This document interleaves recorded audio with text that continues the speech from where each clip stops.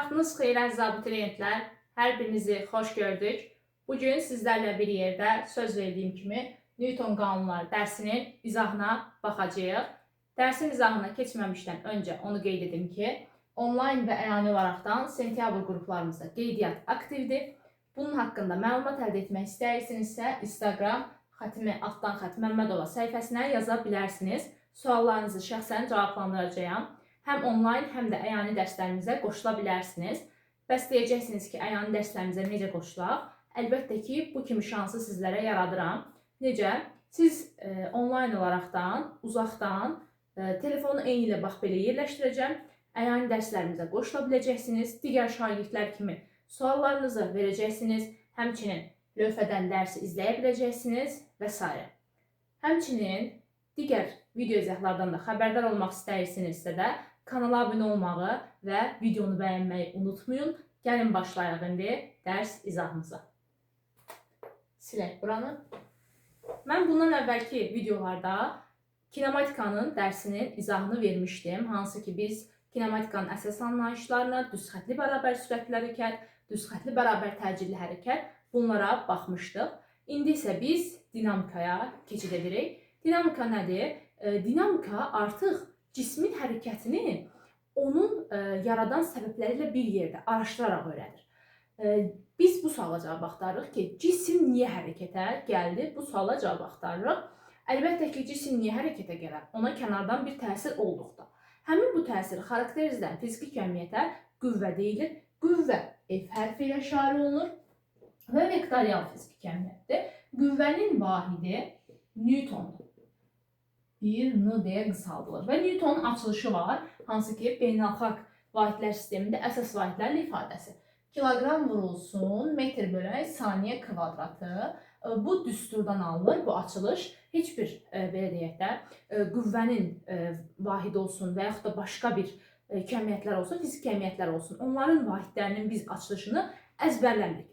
Hər biri düsturdan öyrənməyə çalışırıq. Çünki burada Newton açılışını tutaq ki, əzbərlədin. Amma bir çox açılışlar var ki, sən onları əzbərləyə bilməyəcəksən. Məsələn, biz qarşıda keçəcəyik Joul'un açılışı və yaxud da ki, nə bilim, elektrik bəhsində, elektrik bölməsində də keçəcəyik Faradın açılışı, Voltun açılışı və s. Bunları artıq, belə deyək də, qarışdıracaqsınız, əgər əzbərləsəz. Ona görə də düsturdan biz açılışı nə etməliyik, öyrənməliyik ki, bizim üçün rahat olsun.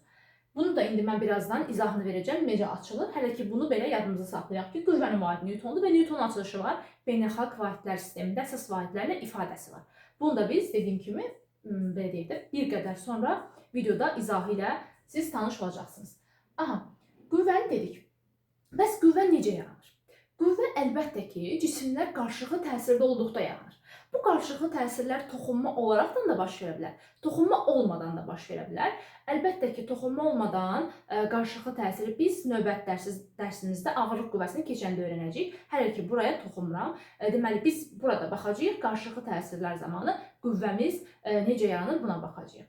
Hansı ki, qüvvə cismə sürət verən deyil, qüvvə cismə təcil verən bir anlayışdır. Qüvvəni biz 3 əsas anlayışla xarakterizə edəcəyik. Deməli, birinci anlayışımız olacaq, hansı ki, qüvvənin ədədi qiyməti, tətbiq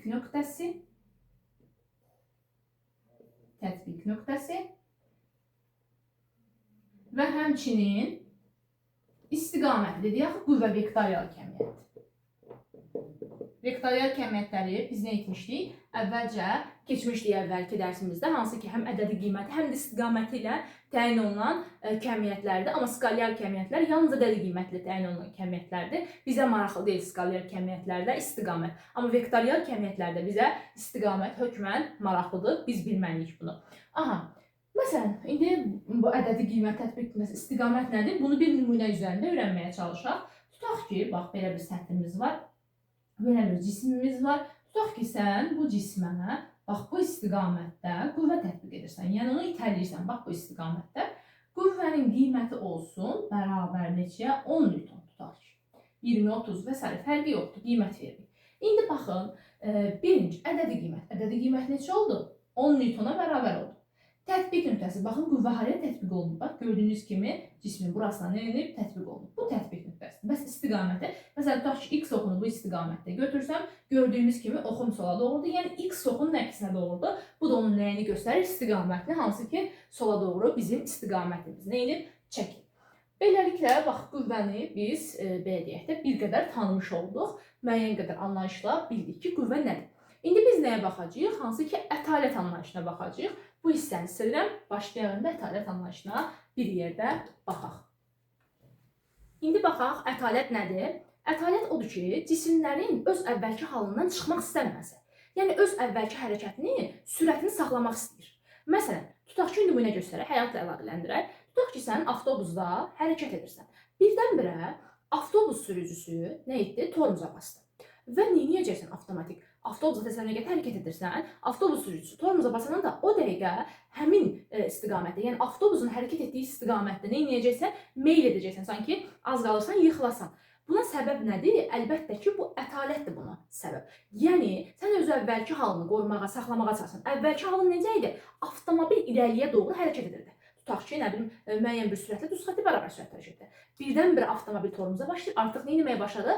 Yavaşlamağa başladı. Əlbəttə ki, tormuza basanda avtomobil nə edir? Sürətini get-gedə azaldır. Aha, gördüyümüz kimi nə etdin? Sən öz əvvəlki halını saxlamağa çalışdın. Məsələn, ola bilər ki, tutaq ki, telefona baxa-baxa, yeriyirsən, yoldasan, ayağının qarşısına bir daş çıxdı, ayağın ilişdi. Nə etdin avtomatik? Ayağın ilişən kimi yıxılırsan da qarşıya, qabağa tərəf gedirsən. İlişirsən, ola bilər ki, yıxıla da bilərsən, ola bilər ki, özünü saxlaya da bilərsən. Aha, indi burada niyə sən qabağa doğru meyl etdin? Olardı ki, arxaya doğru gedərdin, arxaya doğru meyl edərdin. Buna səbəb nədir? Öz əvvəlki halını qorumağa çalışırsan. Yəni, irəliyə doğru gedən halını qorumağa çalışırsan və ona görə nə edirsən? İrəliyə doğru meyl edirsən. Aha, bu oldu bizim nəyimiz? Ətalətimiz. Məsələn, nümunə göstərək, tutaq ki, qatarımızdır. Belə bir qatardır. Qatarın içərisində bax belə bir cisim asılıdır. Aha, deyə bilərəm ki, bu qatar dayanıb birinci halda və başladı sonra hərəkət etməyə. Dayanan qatarın başlanğıcdakı sürəti nədir? V0 bərabərdir 0-dır. Və sonra əlbəttə ki, bu qatar dayanıbsa, hərəkətə başlayandan sonra get-gedə sürətini neyəcək? Artıracaq. Sürətini artırsa deməli hərəkət necə hərəkətdir? Bərabər yeyinləşən hərəkət. Aha, deməli birinci halda nəyə baxdıq? Bərabər yeyinləşən hərəkətə. İkinci halda isə bərabər yavaşlayan hərəkətə baxacağıq. Necə? Tutaq ki, yenə həminki qatarımdır. Hərəkət edirdi və bunun içərisində də yenə ipdən bir cisim asılıb. Tutaq ki, aha, bax indi burada qatarım hərəkət etdiyi yerdə tormuza basır. Və tormuza basaraqdan get-gedə neyəcək? Sürətini azaldacaq və sonra dayanacaq. Deməli, burada artıq sürət neyini azalır. Sürət azalırsa bərabər yavaşlayan kimi götürəcək. İndi baxın, burada bərabər yeyinləşən hərəkət olduğundan sürətin tutaq ki, bax bu istiqamətdə hərəkətə başladı. Sürət bu istiqamətdəsə deməli təcil nə olacaq? Eyni ilə bax bu istiqamətdə olacaq, həmin istiqamətdə. Aha, və bu zaman qeyd etdiyim kimi bərabər yeyinləşən hərəkət edir. Əlbəttə ki, bu cisim nə edəcək? Öz əvvəlki halını saxlamağa çalışacaq. Bax, təsəvvürünə gətir, avtomobilin içərisində oturmuşsan və birdən-birə nə etdi? Maşın hərəkət etməyə başladı. Aha, maşın hərəkət etməyə başlayan neyini? Sanki elə bil arxaya doğru, oturacağa doğru sıxılırıq. Niyə? Çünki biz əvvəlki halımızı istəyirik saxlayaq da, ona görə arxaya doğru sıxılır. Deməli, neynəyəcək bu avtomatik? Arxaya doğru meyl edəcək. Bəs burada bərabər yavaşlayanda gördüyümüz kimi, bax fikir ver, tutaq ki, bu istiqamətdə hərəkət edirdi sürət. Aha, bu istiqamətdə sürətin varsa da, bərabər yavaşlayanca onda təcilin hansı istiqamətdə olacaq? Tam əksinə. Bax, bu istiqamətdə doğru olacaq. İndi birdən-birə avtomobildə hərəkət etdiyin yerdə tormuza basırlar. Neynəyəcəksən o dəqiqə avtomatik? Qabağa doğru neynəyəcəksən? Meyl edəcəksən, itələnəcəksən. İtələnəcəksən deməyək, qabağa doğru meyl edəcəksən. Aha, burada da deməli onda, bax bu neynəyəcək? Bu tərəfə doğru gördüyümüz, bax bu istiqamətdə neynəyəcək? Meyl edəcək. Digəri isə bax bu istiqamətdə doğru meyl etmişdir. Məncə ətalət bizə aydındır. Yəni biz neynirik? Öz əvvəlki halımızı saxlamağa çalışırıq. İstəyirəm ki, mən öz əvvəlki halımdan çıxmayım. Aha, bunu da başa düşdüksə də, gəlin artıq baxaq biz ətalət hesablama sisteminə. Bunu silirəm. Ətalət hesablama sisteminin əvvəlcə gəlin tərifini verək. Ətalət hesablama sistemini dedikdə nəzərdə tuturuq. Yerə nəzərən sükunətdə və yaxud da düz xətti bərabər sürətlə hərəkət edən cismə biz ətalət hesablama sistemi deyirik. Deməli, fikir verin, hansı sözü istifadə etdik? Sükunət, yerə nəzərən sükunətdə və ya düz xətti bərabər sürətli hərəkət. Bax, bu sözü istifadə etdim.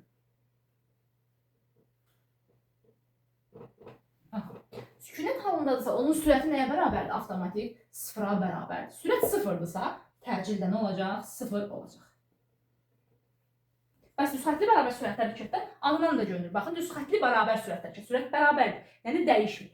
Sürət dəyişmədikdə biz bunu əvvəlki dərsdə qeyd etmişdik ki, təcil də yenə nə olur? 0 olur. Təcil sürət dəyişməsi zamanı yaranır. Əgər sürət dəyişmirsə, yəni artmırsa və yaxud da azalmırsa, bu zaman bizim təcilimiz 0-dır. Konstant yazmışam, bir dəqiqə. Aha, 0. Aha, deməli, ədalət hesablama sistemində bizim təcilimiz nə olur? 0 olur. Buraya qədər məncə aydındır. Biz indi ədalət hesablama sistemi bildik. Bəs qeyri-ədalət hesablama sistemi nədir? Qeyri-ədalət hesablama sistemi əlbəttə ki, təcilli hərəkət edən bir sistem varsa, buna biz nə deyəcəyik? Qeyri-ədalət hesablama sistemi deyəcəyik. Niyə? Çünki ədalət hesablama sistemində təcil 0. Amma qeyri-ədalət hesablama sistemində artıq təcil var. Təcil 0 deyil. Məsələn, bərabər yeyinləşən hərəkət edir sözünü görsəz, tutaq ki, avtomobil düz xətt üzrə şosedə bərabər yeyinləşən hərəkət edir. Bərabər yeyinləşən hərəkətdə təcil nədir? Sabitdir. Yəni orada təcil var. Artıq biz bu hesablama sistemini, ədalət hesablama sistemi götürmürük. Qeyri-ədalət hesablama sistemi götürürük. Bir də ki, bir məsələ var. Şagirdləri çox çaşdırır. Məsələn, tutaq ki, deyir ki, avtomobil döngədə bərabər sürətlə dönür. Şagirdlər bərabər sürətlə sözünü görüb, deyirlər ki, hə, bu da deməli ədalət hesablama sistemidir. Xeyr əzizlərim, bu ədalət hesablama sistemi deyil. Niyə?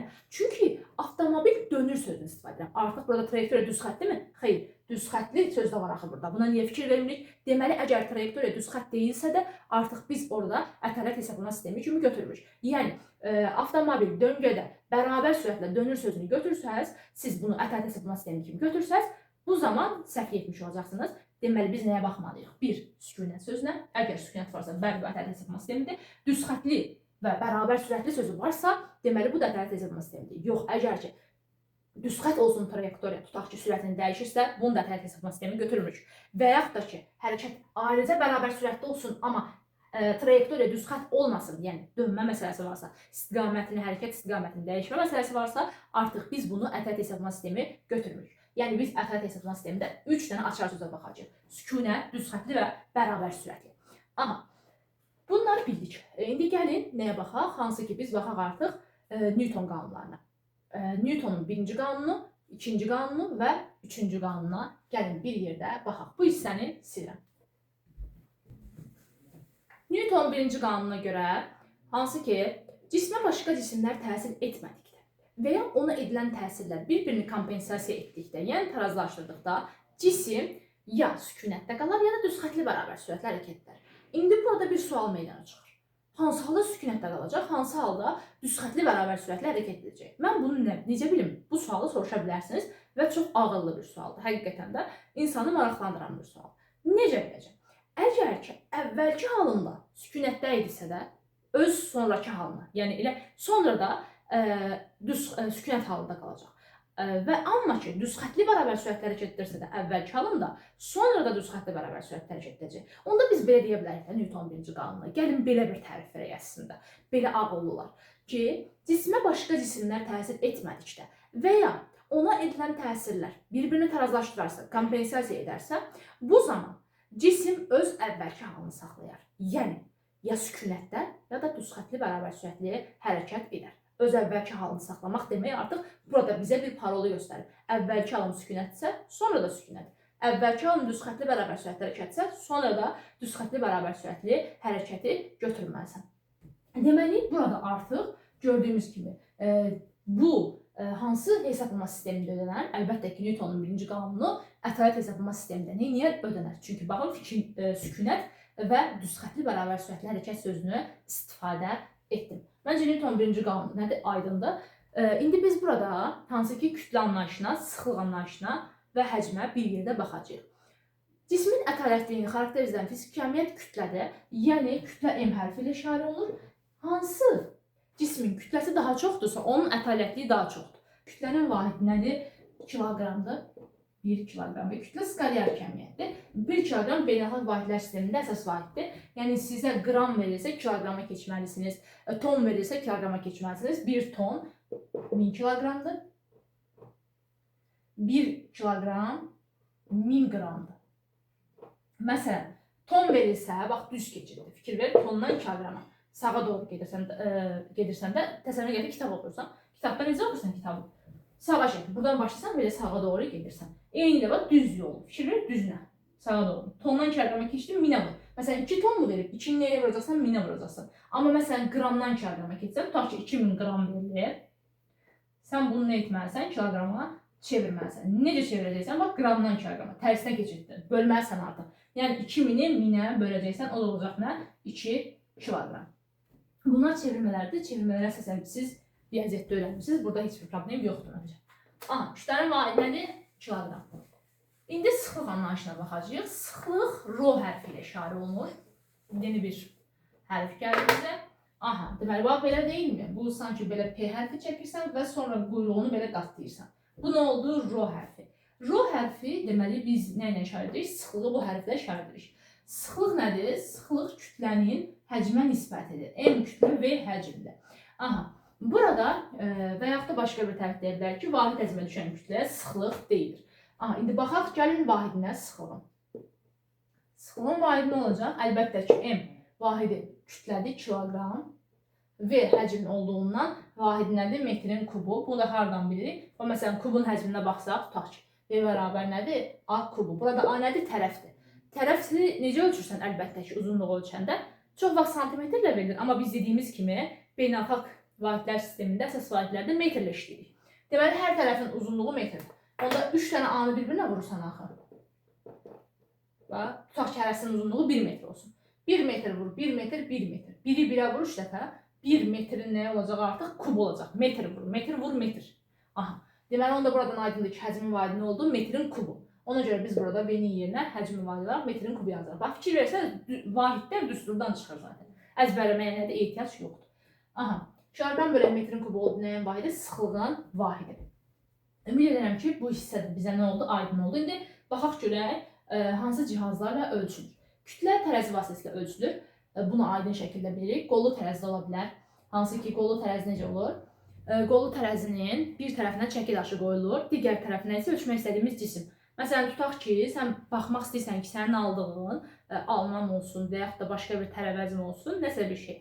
Onun kütləsi nə qədərdir? Tutaq ki, 2 kiloqramlıq alma almaq istəyirsən. Bu zaman nə edir satıcı? Tərəzinin bir qoluna 2 kiloqramlıq çəki daşı qoyur və digərinə də sənin aldığın məhsulu qoyur. Əgər ki, qollar bir-birinə taraz olarsa, bir-birinə bərabər olarsa, deməli, bəli, sən 2 kiloqramlıq alma almısan və onu nə edirsən, götürürsən. Amma yox, tutaq ki, sənin qolun, aldığın almanın qolu aşağıya inersə, deməli, avtomatik bu alma nədir? Daha ağırdır. Yəni, sən o almanı azaltmalısan, 2 kilo almaq istəyirsənsə. Və yaxud da ki, ola bilər çəki daşı aşağıya düşsün. Deməli, avtomatik sənin alman daha yüngüldür ki, yuxarıda qaldı. Deməli, sən nə etməlisən oraya? Alma əlavə etməlisən ki, qollar nə etsin? Bir-birinə bərabərləşsin. Sonra yaylı tərəzi var. Bilmirəm, görmüsünüzmü? Yaylı tərəzidə də bax, deməli, uc hissəsində bir qarmaq olur və yay, burasında yay olur. Və orada da deməli bir xətt olur ki, metal formasında. Yaydan asırsan, tutaq ki, 2 kiloqramı, həmin o göstərici 2-yi göstərməlidir. Yay da aşağıya doğru nə edir? Belə deyək, deformasiya olunur. İndi o yaylı tərəzidə Hooke qanunu əsaslanır. Hooke qanunda biz elastik qüvvəsi keçəndə öyrənəcəyik. Aha, deməli, yaylı tərəzinin iş prinsipi oldu, Hooke qanunu əsaslanır. Aha, və həmçinin bizim evlərimizdə daha çox istifadə etdiyimiz tərəzilər hansılardır?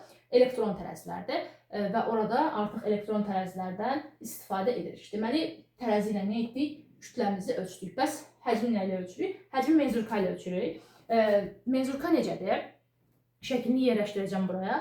Hansı ki, tutaq ki, içini su ilə doldurmuşsan müəyyən bir səviyyəyə qədər, belə bir şəkildən. Aha, burada da göstəricilər var. Tutaq ki. Aha, içini bura qədər nə etməsən doldurmuşsan su ilə. Sonra bir daş atırsan bura. Daşı atandan sonra səviyyə haraya qalxdı? Bax, bura qalxdı. Tutaq ki, deyilən bura olsun 5, bax, burada olsun 10. Tutaq ki, özündən bir qiymət verir. Aha, səviyyə 5-dən ona qalxdı. Deməli, bu daşın həcmi qədər artdı da. Əlbəttə ki, onda ondan nəyə çıxarsan 5-i, sənə verdi 5. Deməli, bu daşın həcmi olacaq 5. İndi burada santimetrin kubu ilə də ifadə oluna bilər. Metrin kubu ilə də. Onu oradan neyinilik götürürük. Aha, bu da oldu bizim nəyimiz? Menzurkamız. Onda biz deyə bilərik ki, sıxlığı nə ilə ölçə bilərik? Kütləni ölçən cihaz tərəzi ilə və həcmi ölçən cihaz menzurka ilə ölçə bilərik. İndi burada sıxlıq nədən asılıdır? Buna baxacağıq. Bu, belə deyək də, bu sıxlıq dərsinin bir qədər özəyi canıdır. Buna fikir vermək lazımdır. Çox uşağın çaşdığı bir məqamdır. Sıxlıq bərk və mayelərdə nə kütlədən, nə də həcmdən asılı deyil. Yəni, bir cins bir maddə verilib. Tutaq ki, alüminium verilib. Alüminium nədir? Bərk arqadır da. İndi o alüminiuma nə edirik? Baxıram, polad olsun, fərqi yoxdur. Onu bir cədvəldə özləri verirlər. Sıxlıq cədvəli var. Sabit bir kəmiyyətdir. Yəni o dəyişmir. Məsələn, suyun sıxlığı tutaq ki 1000-dir. Aha, 1000 kiloqram bölək metrin kubudur. Aha, o dəyişməyən bir kəmiyyətdir. Niyə dəyişmir? Çünki su bir cinsdir. Belə deyək də, materialdan asılıdır, növdən asılıdır. Polad olsun, bir cinsdir, dəyişmir. Amma qazlarda fərqlidir. Qazlarda hansı ki biz ideal qaz qanunlarını keçəndə görəcəyik ki, verilmiş kütləli ideal qaz üçün rho, V ilə necə asılıdır? Tərs asılıdır. Deməli, bərk və mayelərdə bir cins maddə üçün sıxlıq M-dən nə də V-dən nə də asılı deyil.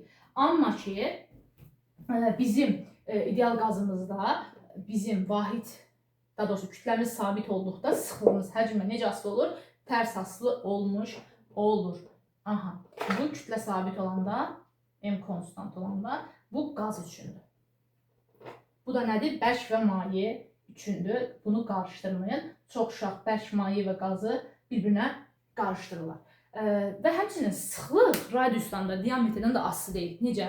Hansı ki, belə bir şəkil verir, çaşdırır. Bu hissəni istəyirəm göstərək. Belə bir tutaq ki, şəkil verir sizə. Deyir ki, ikisi də polad bir maddədir. Hər iki. Belə bir cisimlərdir. Polad maddədir. Tutaq ki, birincinin radiusuna R verir, digərinin radiusuna 2R verir. Birincinin kütləsinə M verir, digərinin kütləsinə 2M verir. Deyir, müqayisə elə bunların sıxlıqlarını. Avtomatik şagird götürür, nə edir? Külədir deyə. Külənin həcmi V bərabərdir 3/4 pi kubu daxil. Aha.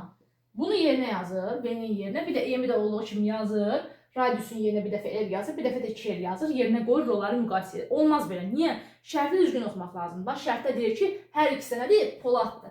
Mən dedim, axı, bərk və mayilərin sıxlıqları nədir? Rho, M-dən V-dən asılı deyil.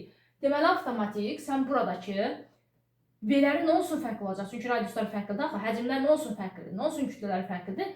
Rholar eyni olacaq. Çünki ikisi də eyni maddədən hazırlanır. Yəni, ikisi də poladdır.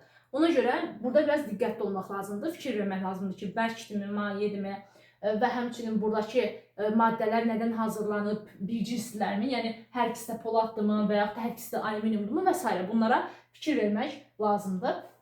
İndi kütləni tapacağıq. Gəlin buradan tapaq. Bütöv bu hissəni istəyirəm.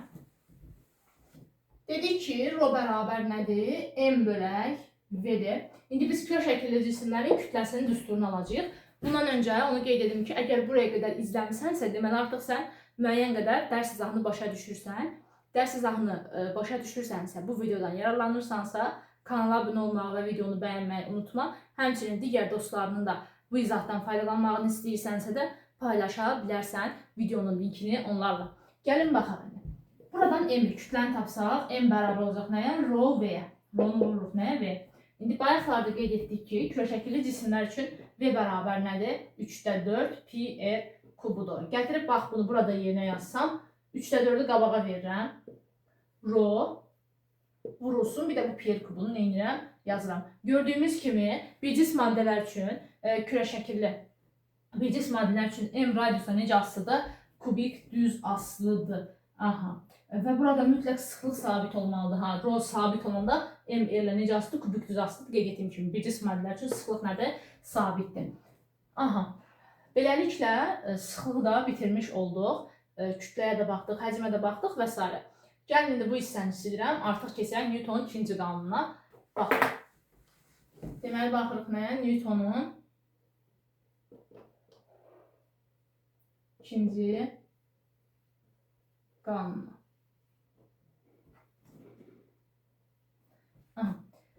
Newtonun ikinci qanununda biz ilk öncə əslində əvəzləyici qüvvəyə baxmalıyıq. Amma mən istəyirəm ki, əvəzləyici qüvvəni növbəti videoya saxlayayım. Bir qədər əvəzləyici qüvvə qarışıqdır. Kosinuslar teoremində və s. uşaqlar çox qarışdırırlar əvəzləyici qüvvəni. İstəyirəm ki, onu növbəti videoya saxlayayım. Hansı ki, bu videonu 2 hissəyə böləcəm Newton qanunlarını. Burada istəyirəm ki, Newton ikinci qanunu, Newton üçüncü qanunu keçim və sonrasında artıq əvəzləyici qüvvəni, iplə bağlanmış cisimlərin hərəkətini, blokdan asılmış cismin hərəkəti və s. Bunlara ayrı-ayrı da baxaq. Onlar bir qədər bu dərsin çətin hissələri deyə bilərik. Onlara ayrı baxmaq istəyirəm. Sizlərə ayrı izah etmək istəyirəm. Aha, Newton ikinci qanunu cismin hərəkət tənzili A bərabərdir F əvəzləyici bölək M şəklindədir. Yəni, buradan gördüyümüz kimi A, F əvəzləyici ilə, yəni əvəzləyici qüvvə ilə düz, cismin kütləsi necə asılıdır? Tərs asılıdır. F aşağısında ə-bu əvəzləyici sözünü qısaltmışam, budur. İndi buradan da deyə bilərik ki, bax, kütlə sabit olduqda, M konstant olduqda, A əvəzləyici qüvvəli necə asılıb düz. Aha. Bəs kütlə sabit kütlə dedik, hə, əvəzləyici qüvvə sabit olduqda, əvəzləyici qüvvə sabit olduqda A M-lə necə asılıb? Tərs asılıdır, məxrəcdə olduğundan. Aha, tərs asıldığında qrafiki bu şəkildəyir. İndi burada, bax, burada gördüyünüz kimi qrafik əvəzləyici qüvvəni oxu ilə müəyyən bir alfa bucağı belə gətirib. Bu bucağın tangensini tapmaq istəyəcəm. Tangens alfa bərabərdir. Mən həmişə deyirəm videolarda ki, buradakı bucağın tangensini tapmaq istəyirsən, yuxarıdakı hərfi böl aşağıdakı hərfə. Yəni nə edəcəksən? A-nı böləcəksən F əvəzləyici. O da hardan çıxır? Biz bilirik ki, əgər ki düzbucaqlı bucaqda bucağın tangensini tapmaq istəyirsə, qarşıdakı kateti bölməliyik bitişik katetə. Bax, burada fikir versəz, bax, bu qarşıdakı katet elə 0, bax, tutaq ki, buraya uyğun təcrin qiymətinə bir A deyirəm. Burada əvəzləyici qüvvənin qiymətinə müəyyən bir F əvəzləyici deyirəm. Bax, indi bura nədir? 0 və A-nın arasıdır. Bura onda nə olacaq? A-ya bərabər. Bura 0 və F əvəzləyicinin arasıdır. Elə bura olacaq F əvəzləyiciyə bərabər. Bax, fikir ver. Düzbucaqlı bucaq yaranıb burada. Qarşıdakı katet adı bitişik katetlərdə F əvəzləyicidir. Qarşıdakı katetin bitişik katetə nisbəti bizə tangensi verir. A bölək F əvəzləyici. Və yaxud da ki, belə deyək də qarışdırırsınızsa da dediyim qaydada yadınızı saxlaya bilərsiniz. Əgər ki, bucağın tangensini tapmaq istəyirsənsə, yuxarıdakı hərf bölək nə? Aşağıdakı hərf. Yuxarıdakı hərf adı, aşağıdakı hərf F əvəzləyicidir. A bölək nə olacaq? F əvəzləyiciyə bərabər. İndi bax, fikir ver. Mən buradan kütləni tapmaq istəsəm, M-i tapsam nə olacaq? M bərabərdir. F əvəzləyici bölək nə? A. Fikir ver. Burada A bölək F əvəzləyicidir. Burada F əvəzləyici bölək A-dır. Yəni, burada tangens alfanın nəyi? Tərsidir. Bir bölək tangens alfa bizə nəyi verir? Kotangens alfanı verir. Deməli, onda burada ki, bu qrafikin hansı ki, bu F əvəzləyici qüvvənin oxu ilə əmələ gətirdiyi bucağın kotangensi bizə nəyi verəcək? Kütləni vermiş olacaq. Aha. Bu qədər. Bunu da izah etdik. Buna aid topluluqda sual var səhv etmirəmsə. Aha. İndi silirəm buranı. Hansı ki, kürə şəkilli cisimlər üçün istəyirəm ki, əvəzləyici qüvvənin düsturunu alıq. İndi buradan əvəzləyici qüvvəni tapsaq, F əvəzləyici bərabər olacaq nəyə? M A-ya. Kütlənin düsturunu biz bayaqlar almışdıq kürə şəkilli cisimlər üçün. M bərabərdir Rho V. V-in də düsturu nə idi? 3-də 4 pi r kubu idi kürə şəkilli cisimlər üçün. Deməli, onda nə olacaq? Rho vurulsun 3-də 4 pi r kubu.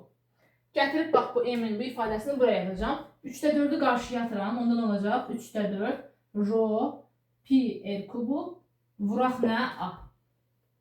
Bu da oldu bizim kürə şəkilli cisimlər üçün F əvəzləyici qüvvənin düsturu. İndi baxın burada Rho sabit, A sabit verilərsə F əvəzləyici radiusdan necə asılıdır? Kubik düz asılıdır.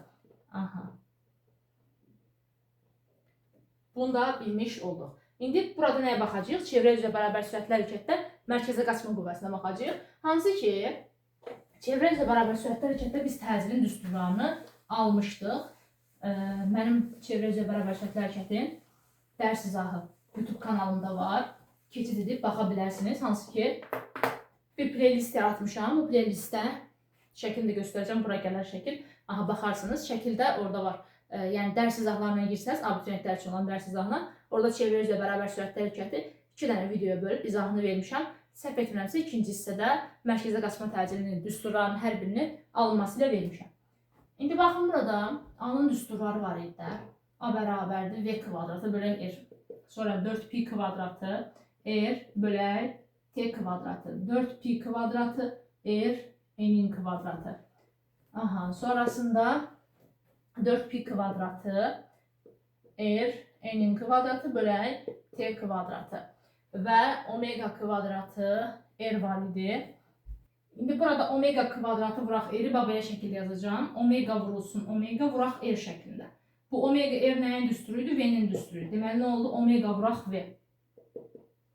Omeganı da yenə açacağım. 2pi bölək T vuraq V və 2pi kiçik n vurulsun V.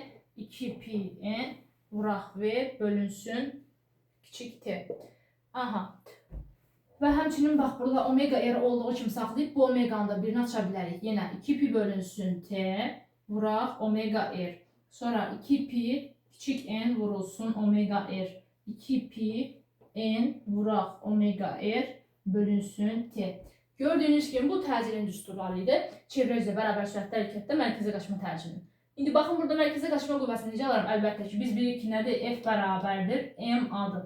Onda bu düsturların hər birinin yanına bir m yaz. Yəni bu düsturların hamısını m-ə vurmaqla, kütləyə vurmaqla sən mərkəzə qaçma qüvvəsini alacaqsan və mərkəzə qaçma qüvvəsi də çevrə üzrə bərabər sürətli hərəkətdə radius boyunca çevrənin mərkəzinə doğru yönəlir.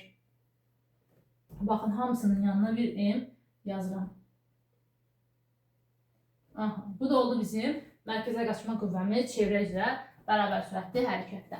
Newton ikinci qanunu da bitirdik. İndi keçək Newtonumuzun üçüncü qanununa. Bu hissəni silirəm.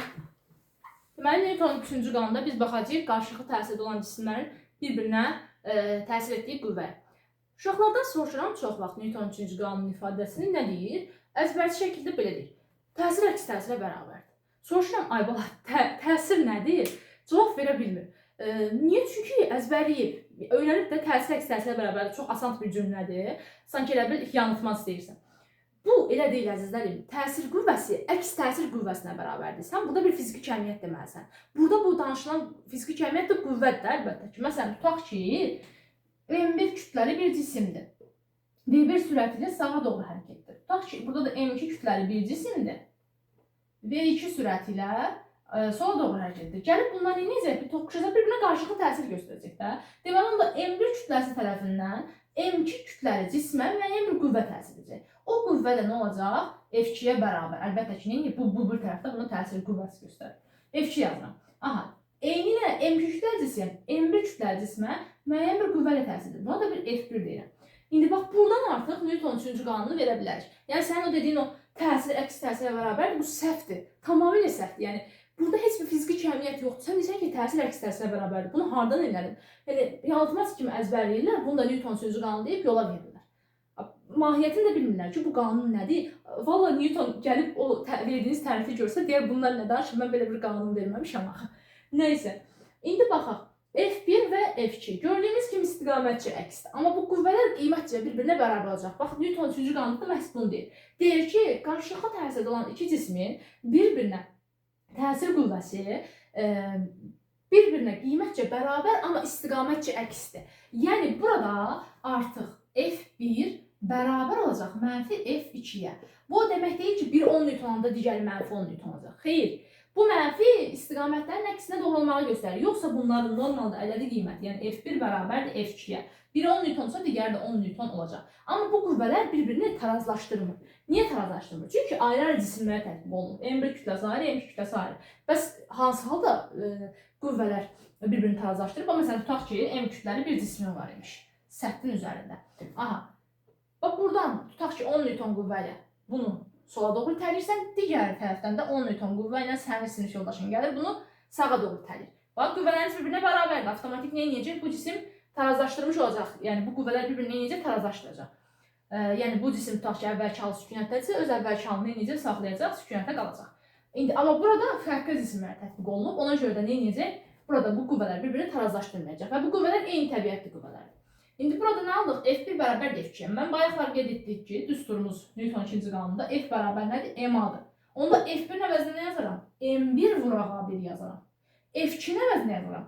M2 vuraq A2. A2 də bax bu istiqamətdə olacaq. A1 də bax bu istiqamətdə olacaq. Aha. F2-in əvəzinə yazaram. M2 vurulsun A2. İndi buradan M və A necə asılıdır? Tərs asılıdır. Bax, M1 bölə M2 bərabər olacaq nəyə? A2 bölə A1-ə. Bax, fikir ver, çarpaz vursam. M2 vuraq A2 bərabər olacaq nəyə? Bir dəqiqə burada A1-dir. Aha. Çarpaz vuranda M2 vuraq A2 bərabər nə? M1 vurulsun A1-ə. Bax, elə yuxarıdakını almış oldum. İndi mən aldım ki, deməli, qarşılıqlı təsirdə olan cisimlərin kütlələri təcilləri ilə necə asılıdır? Tərs asılıdır. İndi baxarıq, kütlə ilə təcil tərs asılığını aldım. İndi burada nəyə baxacağım? Sürətə də baxmalıyam, bir də yola da baxmalıyam. Necə baxacağım? İndi bu şəkili silirəm.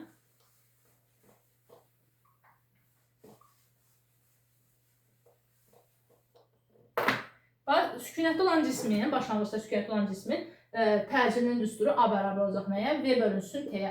Buradan da aydındır ki, A V ilə necə asılıdır? Düz asılıdır. Düz asılıdırsa, bax indi burada A2 bölək A1-dir, onda qarşısına yazmalısan V2 böləklə V1. Düz asılıqdır. Bax 2-nin qarşısında 2 olmalıdır. 1-in qarşısında 1 olmalıdır. Aha. Sonrasında S bərabər nədir? AT kvadratı bölək 2-dir. Aha, buradan S A ilə necə asılıdır? Düz asılıdır. Yenə A2 bölək A1-dir, qarşısına yazmalısan S2 bölək S1 yazmazsa, bax 2-nin qarşısında 2, 1-in qarşısında 1 dayanmalı. Onda ümumi baxsaq görərik ki, M bunların hər biri necə asılıdır? Tərs asılıdır. Deməli, onda deyə bilərik ki, Newton 3-cü qanununa görə qarşılıqlı təsirdə olan cisimlərin təcilləri, sürətləri və getdikləri yollar kütlələrlə necə asılıdır? Tərs asılıdır. Aha. Beləliklə, əziz abituriyentlər, Newton 3-cü qanunda izahını verdim. İstəyirəm ki, bu videonu burada dayandıraq. Bundan sonraki izahları artıq əvəzləyici qüvvəni, iplə bağlı cisimlərin hərəkəti və yaxud da ki, hansı ki, blokdan keçirilmiş cismin hərəkəti, bunları artıq növbəti videoda izahını verim. Oradakı düsturları biz qəti şəkildə əzbərləməyəcəyik, onları çıxarışı ilə öyrənəcəyik. Sən düsturları çıxarışı ilə öyrənsən, inan mənə, əzbərləyən şagirddən 10-0 qabaqda olacaqsan, 1-0 yox, hava 10-0. Niyə? Çünki əzbərləyən şagirdin hər zaman məntiqi düşünməyi onun daha irəlidə olur. Şagirdin məsələyə baxma bucağı da fərqli olur artıq. Şagird fərqli bir sual tipi görəndə çaşıb qalmır. Həmin şagirdləri mən öz təcrübəmdə müşahidə etmişəm. Həqiqətən də bu belədir. Əzbərləyən şagird və əzbərləməyən şagird tamamilə fərqlənir bir-birindən. Görmüşəm ki, əzbərləyən şagird məsələni istəyir şablon şəkildə həll etsin, bildiyi düsturları tətbiq etsin, bitsin. Amma fərqli tipli sual çıxanda artıq çaşır qalır. Deyir ki, mənim bu topulda işlədiyim sual tipində deyil, axı mən bunu necə işləyəcəm? Amma əzbərlənməyən şagird, yəni düsturları çıxarılışı ilə öyrənən, həmçinin məsələləri əzbərçi şəkildə həll etməyən, analiz edə öyrənən şagird tamamilə fərqli şəkildə işləyir. O şagirdin qarşısına fərqli tipli sual çıxanda 80% ehtimalla, 80-90% ehtimalla o şagird rahatlıqla o məsələni izah edə bilir, işləyə bilir. Bu da həmin şagirdlərin artıq yüksək nəticə yığmağına səbəb olur. Yüksək nəticə yığan şagirdlə orta nəticə yığan və yaxud da zəif nəticə yığan şagirdi fərqləndirən cəhətlərdən biri də budur. Bu mənim fikrimdir. Həmçinin, belə deyək, ki, siz əzbərləmədən öyrənsəz, artıq imtahana gedəndə yaddaşınıza sala biləcəksiniz həmin düsturu. Tutaq ki, düstur yadından çıxdı. Amma düsturun çıxarılışı yadındadır axı. Tez şəkil çəkəcəksən, düsturun çıxarılışını verəcəksən və avtomatik nə olacaq? Sən o düsturu tapacaqsan, tətbiq edəcəksən o məsələyi. Amma əzbərləyərdən gedən şagird, tutaq ki, həmin dəqiqə o düstur onun yadından çıxdı. Avtomatik o məsələni itirdi. Yəni, o sualı yaza bilməyəcək. Bunlar sizi fərqləndirən cəhətlərdir. Düzgün yolu seçin. Məsələn, bu dərsin izahını verirəm. Dərsin izahını verəndə sən oturub belə normal baxmamalısan. Dərsin izahını qulaq asdıqca yanında bir dəftərin olmalıdır. Onu qeyd etməlisən. Qeyd etdikdən sonra avtomatik o qeydlərə baxırsan, görürsən ki, neyinsən başa düşürsən. 2 gün, 3 gün sonra yox, həmən günü baxmaq lazımdır. Həmən günü baxsan, artıq beləliklə bir dəfə mən deyəndə anladın, bir dəfə də özünü oxudun, sonra yenidən öyrənmə mərhələsinə keçirsən, artıq necə deyərlər, tamamilə dərinliyinə gedirsən və sonra da testə keçirsən, tətbiq edirsən. Beləliklə də gözəl nəticə əldə etmiş olursan. Səhvlərə də baxmağı hökmən unutmuruq. Dediyim kimi, bundan sonraki videomuzda artıq həmin hissələrə baxacağıq. Özünüzə yaxşı baxın, sağ olun, videonu bəyənməyi və kanala abunə olmağı unutmayın.